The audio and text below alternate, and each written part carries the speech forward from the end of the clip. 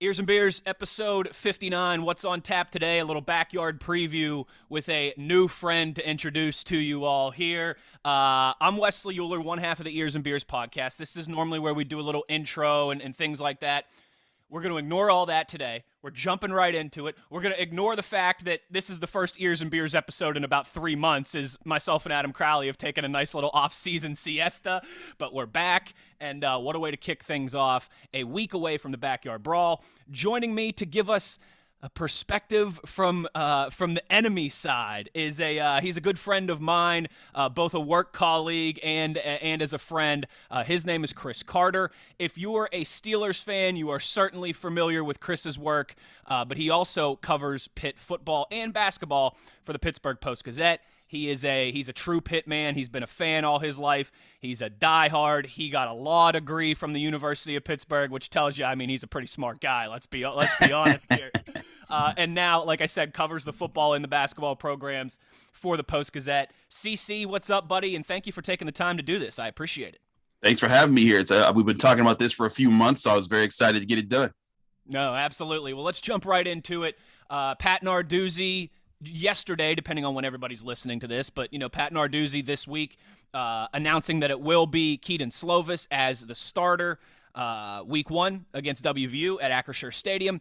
Any surprise there, really? I know some good things about Nick Patty being said in camp, but it felt like Slovis's job all along, didn't it?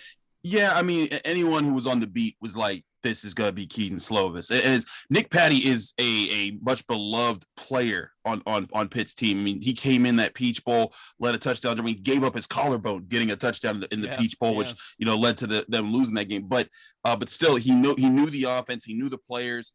All last year, all I heard was, even when Kenny Pickett was playing, that from players when I talked to them, they said, we love Nick. Like, there's nothing bad about Nick. And also, you got to credit the young man for sticking in there. This guy was Kenny Pickett's backup for 3 straight years, and then he's like, it's finally my time. And they go out and get a transfer guy. He doesn't move, doesn't budge, goes into a competition with a guy who started at USC, who's had some really good seasons for them, and stuck it out. And he's been professional about it the entire way.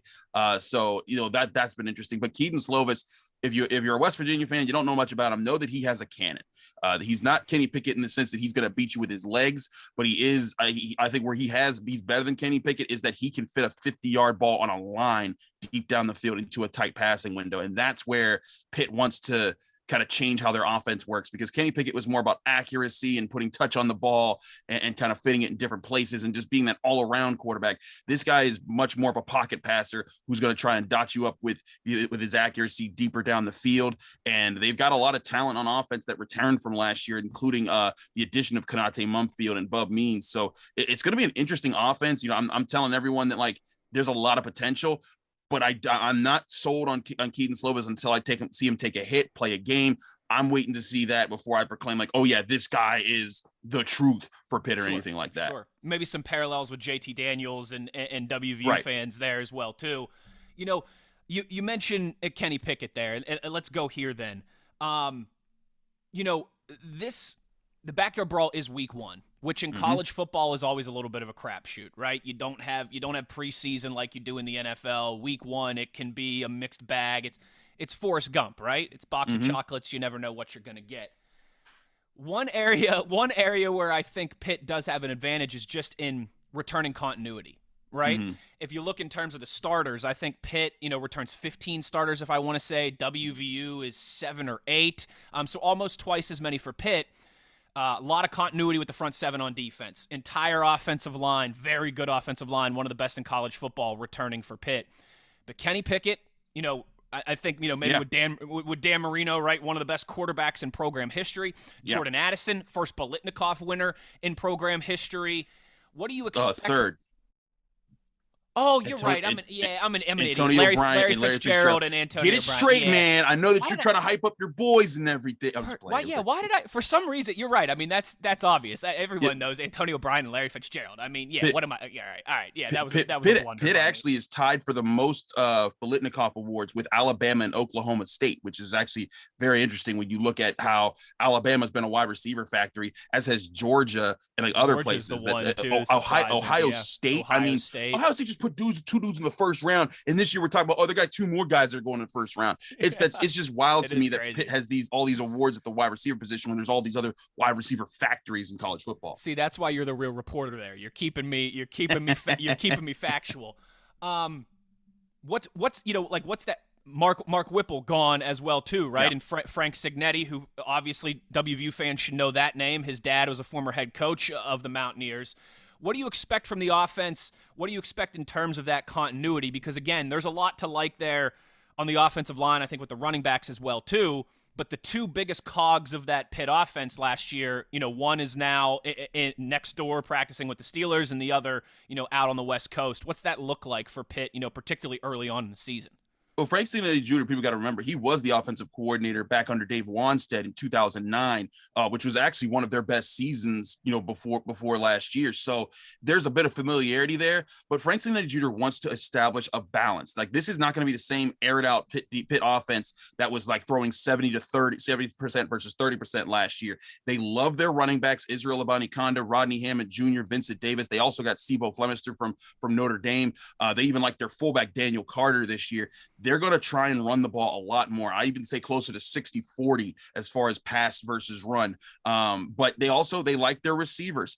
They're going to, they got back Jared Wayne, who was kind of like their elder statesman last year anyways. And he's more of a bigger physical threat, of a receiver. But Konate Mumfield, a guy who gets separation, a guy who's, I'm telling you, in some of these practices and in the spring game, I mean, there's times he reminded me of Deontay Johnson with how he could be shifty against defenders. And the same thing when he was at Akron before he transferred. So there's a lot of excitement there. Jaden Bradley is an up and coming receiver who I think that if he puts it together, he could be a wide receiver 1 for this team and really look good in a couple years here.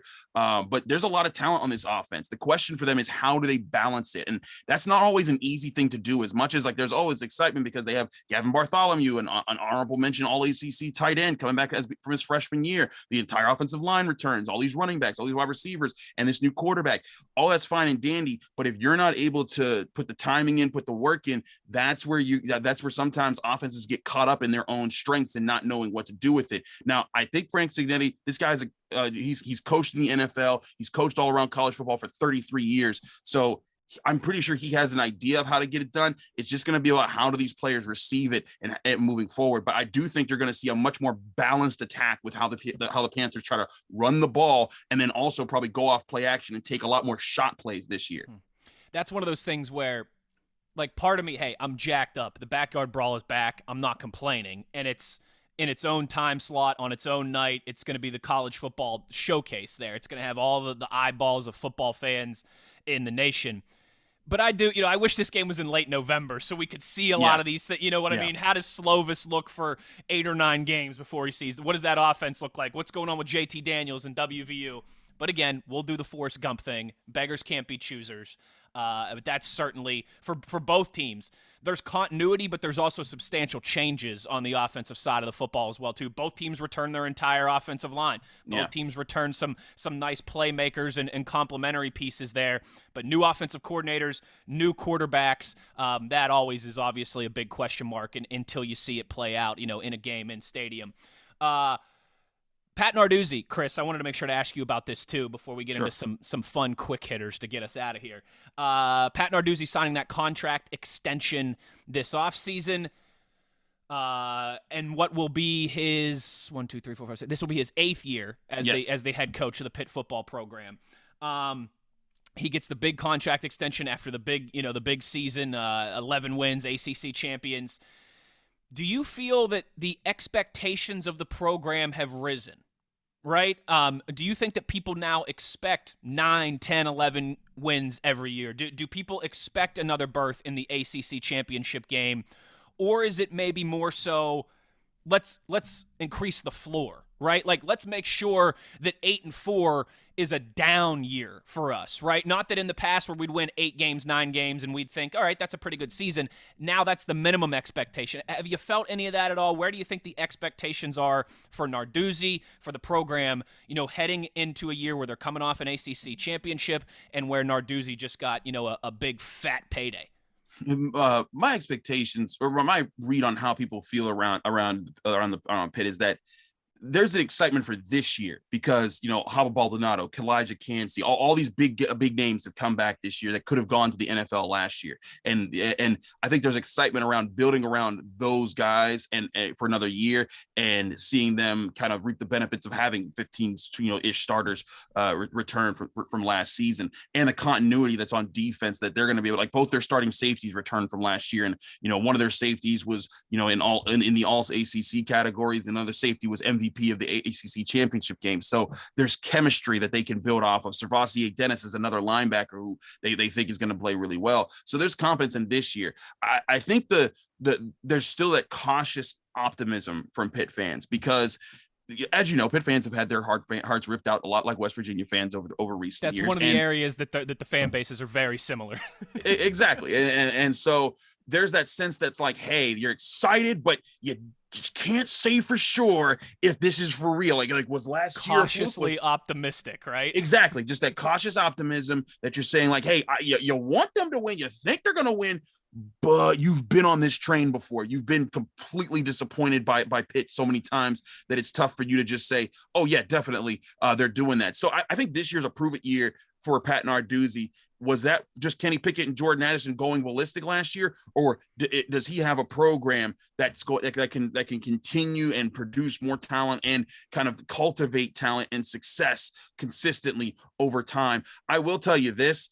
All the players are saying and doing the right things. Like that was what was most impressive. When I started covering them in 2020, there were some divisions. There were some hey, like the different guys had different objectives at times. Like, oh, I'm getting ready for this or I'm getting ready for that, but in 2021, that seemed like it was almost eliminated. Like I didn't hear any of that. Like Paris Ford was one of the top safeties in college football going into 2020. And then, as the season went on, he left for the transfer portal. He ended up not getting drafted until the 7th round. And there was divisions. You could just tell not everyone was on the same page. But that was also part of what Mike Tomlin said in his Pivot podcast about Kenny Pickett and Damar Hamlin. He said those two united that team. And since then, that team last year, even without Damar Hamlin, they've fed off that energy. And this year I'm feeling the same energy when I talk to these players. They all believe in each other. And it's remarkable how, like, in a lot of college football programs, you see if a player is at the top dog at a position, they want to leave. They're like, oh, get me out of here. I don't care about this, about this. If I'm not the feature back. Well, Pitt rotated 3 running backs who could all be starters in most college football programs, and Vincent Davis, Israel Abanikanda, and Rodney Hammond Jr. And Vincent Davis had the most carries, but Abanikanda had the most yards, and Rodney Hammond got the most red zone touches. But none of them left. They all came back. They all said, we want to play as a unit again. And I think there's credit to that. And they didn't lose any of the offensive linemen that they projected would be starters this year after all the starters from last year came back. There's a belief in this program. So the question is, can that belief maintain for another season, and can they get more wins? Because here's the thing: if they win more this year, if they have that kind of success that I think that they can have this year, I think it puts them in a position to say all those younger players like a Jaden Bradley, like Aaron Donald's nephew Elliott Donald, got a lot of guys like that are still working their way up the program. They'll be able to say, you know what, this works. Like that wasn't just one year that I was just on a hot ride. Right, we built this up now. Yeah, exactly. So I think that's what they're trying to prove this year. If they do it this year, if they go back to the ACC championship game and they win it, I think that it puts them on the map and it says, all right, this is important. I also think that these first two games are really important. Not just for the season, but especially for how one of Pitt's biggest targets in recruiting, Hakeem Williams, one of the top wide receiver products in the country right now. He's set his date for announcing his recruitment for September 23rd. I truly think that he's going to be watching these two games closely along with the other programs that are out there. And I'm not saying that if Pitt wins their first 2 games against West Virginia and Tennessee, that will automatically get them Hakeem Williams. But I think if they lose it, it might take them out of it. So it's going to be interesting to see how that plays out. But recruiting, all those standpoints, that's going to be, I think that's all resting on how does this season follow up last season. Folks, make sure you're checking out Chris Carter's work in the Post-Gazette if you want to know the enemy even better. Great breakdown there. But before we let Chris go here, a couple more minutes. Sure. Some fun ones. All right, let's go. WVU or Penn State? I mean, what do you get more jacked up for? What's the better rivalry? Is it the Backyard Brawl or is it the Battle of Pennsylvania? Shoot me honest here. I'll shoot you honest. This isn't about either program. It's more so about my family. I have an aunt and uncle who were diehard Penn Staters. And so, like, growing up, them and my mom, I mean, they were sisters. So, like, they would just, man, they would just chirp at it. So for me, it's more personal there. Like I don't have anyone in my family that went to West Virginia, so for me, it's more personal there. But I'll say this. West Virginia fans are much more fun to argue with. Like Penn State fans are like, we're so above this. We're better than all of you. They're very sanctimonious. And you know, if they were Ohio State, if they had a national championship, if they were regularly in the college football playoffs, I get it. Like you know what? Get out of here. Get it. Like you know, get out of here a little. But you're not that. You're the team that Ohio State and Michigan, all this, they whoop on you. Like that's where I'm like, I don't see it. And yes, they've had recent success against Pitt, and all that. But like again, I just think that college football, and you and I have talked about this so many times off air. College football is just better when there's rivalries. And you know what? It's the DNA of the sport, man. When West Virginia plays Pitt, both sides are like, yeah, I love you, but I hate you. We're going to beat each other up, but there's that respect afterwards. Like that is my rival. There's no unrivaled call there, and I think that's what. Oh, we don't want to play you anyways. Exactly. We don't even need this game. Right, like Pitt fans aren't saying that about West Virginia. In fact, Pitt fans were devastated, just like what West Virginia fans were devastated that this rivalry went away for so long. I hope that it never goes away again. That they keep adding on more years to the Backyard Brawl. But yeah, as far as interaction and seeing how West Virginia fans and Penn State fans interact with things, I would take West Virginia with the fun of that rivalry. But as far as like, you know, in my family, I love it when Pitt plays Penn State because the chirping between my family is just hilarious to watch. Well, the Euler family is split down the middle, half Mountaineers, half Nittany Lions. Ooh, that's tough. So next year, 2023, will be the first time in my life that we've played Penn State. So I'll get back to you on that one. The family. Let me know how that goes. The family battle lines as well too. But I completely get that. I certainly get that. But yeah, that's what I always come back to. There's just not the sanctimonious nature of like, you know, one fan base tried to stick their nose up and be like, oh, we're so much better than you. Oh, our school is so much greater and we don't even need this game. We play it just because you're little brother and all those different things. It's like, no, we don't like you. You don't like us. We're 70 miles away from each other. Let's play some football. And that's, I think, the best type of rivalries. Okay, a couple more here. I know the obvious answer. Okay, so other than 13-9, what's your favorite? You got another favorite brawl memory? Oh, absolutely. It was like, I want to say 1999. I want to say I might be mixing up my years here, but Kevin Barlow, when he went ballistic on the Mountaineers for like 3 touchdowns, like 200 some yards, that was fun. And that's also more personal. My father coached at Peabody High School. So as a little kid, I saw Kevin Barlow destroy the City League, in the city of Pittsburgh. Sure. When he went there and did it there, like as a kid, that was like my first, like, I watched that guy. He's a real person. He's not just on the screen and he's doing it against West Virginia. And I was a big college football star. Yeah, exactly. And then he got drafted by the Niners. That was a lot of fun for me. So that would be my top one because just watching him do that and do it to West Virginia. But at the time, I also I don't hate West Virginia. Like growing up, like I grew up, rooting for most things in the city just because I was just, I'm a Pittsburgh person. But like, it was like a respect thing. Like one of my favorite clips that I saw, and I can't find this clip on YouTube anymore. I only saw it on ESPN like a couple times way back in the day. But one of my favorite clips was the Mountaineer was like at a Pitt game and had his rifle and he was toying around and some Pitt fans were being jerks and they tried to take the rifle off. Oh no. And then you see Rock the Panther just come in with a boo, and he just comes and he clocks him. And you just see the two of them scrapping with these fans and eventually secure. Like, and I gotta find this clip. It seems like I can't find it I've looked for this for years. I can't find this clip. There was, and the thing was, I remember it was like, it looked fake at first, but then security came in and was like, no, we got to clear this up. And I'm like, holy crap, the mascots were fighting together. That's one of my favorite moments that I've ever seen. Great. And I'm just like, but I'm so mad that no one's like documented. Why can't we find this video? Yeah, it's so ridiculous. But I think I have an old friend who's a production assistant for ESPN. Maybe I'll have to send an email. See if they have it somewhere. I don't know if they've deleted it or something, but that to me was one of the more fun parts of the rivalry. I thought that was pretty hilarious. That is hilarious. That's a good story. All right, other side of the coin. Worst backyard brawl memory. Ooh, I mean the last 3 times. I mean, Pitt is taking a slump in the backyard brawl right when it ended. So that was interesting. But it's just like, it's one of those things where you hope that you can get back, but it's just so funny that the 13-9 was the one right before that. It was just like, well, if we had to trade, would you trade those three for that one or that one for those three? And I think both sides would kind of agree, that one's the more important one. But that's the last three. But I think it's also just Pitt. When it looked like in like that late 2000s era under Wanstead, it looked like there was a chance for them to take a step forward, and then they just didn't. And then they fell back. 2009 year that you referenced. I mean, exactly. You guys were ranked 8th in the country at one point, I believe. Mm-hmm. They got top 10 at one point, and I think that's where there's some there's like some like madness is that West Virginia's loss contributed into that era. So though I'd say those would be the moments, but it's one of those things where like. It's like in the grand scheme of things, you're like, well, they weren't going to be that good anyways. It'd be one thing if they were a national championship team for sure, and like the 2007 game, sure. The West Virginia was just like trip and like you just fell short of the finish line.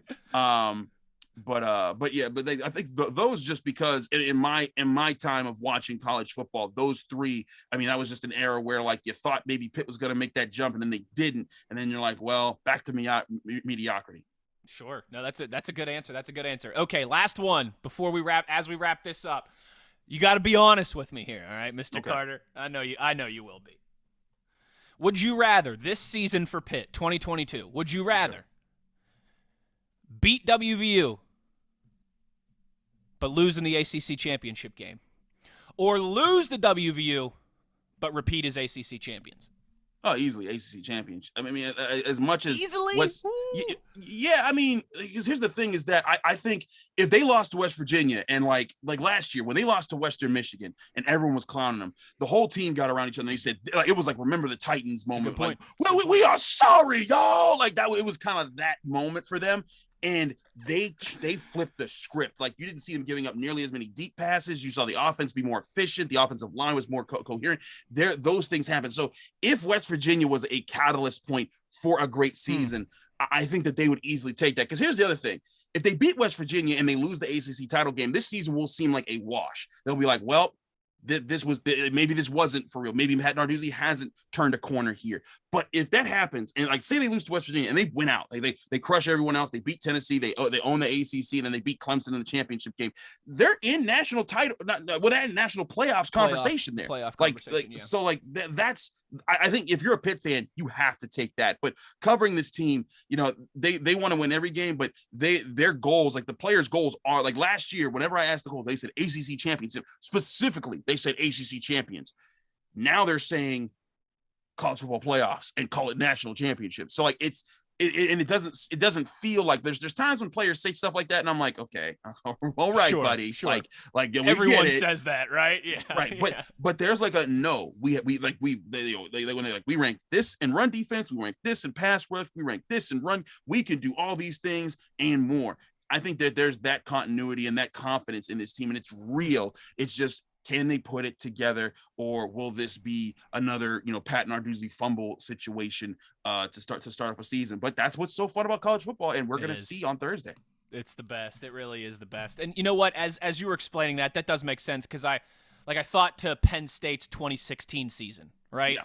Where they lost to Pitt early on, but then they go on and they win the Big Ten, the Big Ten title, and they were on the fringe. I think they finished ranked 5th or 6th on the fringe of the college football playoff conversation.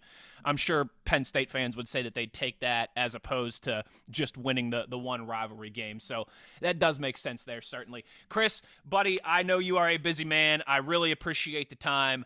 For WVU fans who are looking more from the view from the other side, let the Mountaineers know where they can find your work.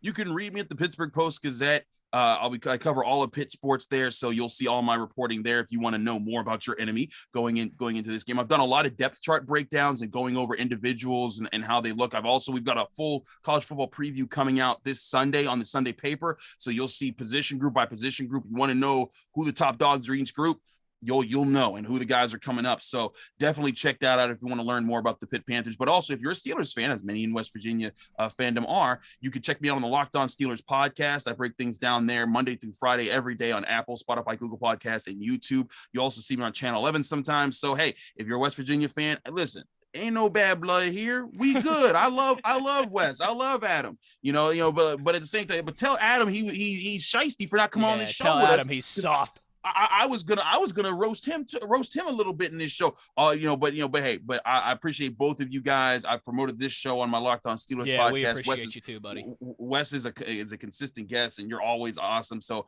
I was so happy to be able to do this. And who knows, maybe we'll do this again every year because with the rivalry, that's pretty awesome. Now you're talking, and you know what? Too, we'll do this again in November, right before a little hoops brawl as well too. Everybody, make sure you're showing Chris some love. Great guy in the business, great friend as well, too. We appreciate the time as always. That's going to do it for this episode of 59.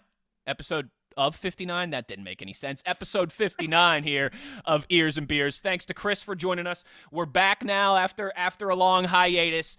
And also, if you're heading up to Pittsburgh, to the North Shore on Thursday, Red Lot 6 is where you will find the Ears and Beers tailgate starting at 2 o'clock.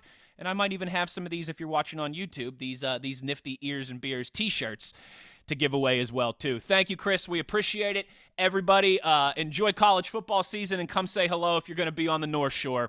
We'll talk to you soon. Let's go Mountaineers. Let's go drink some beers.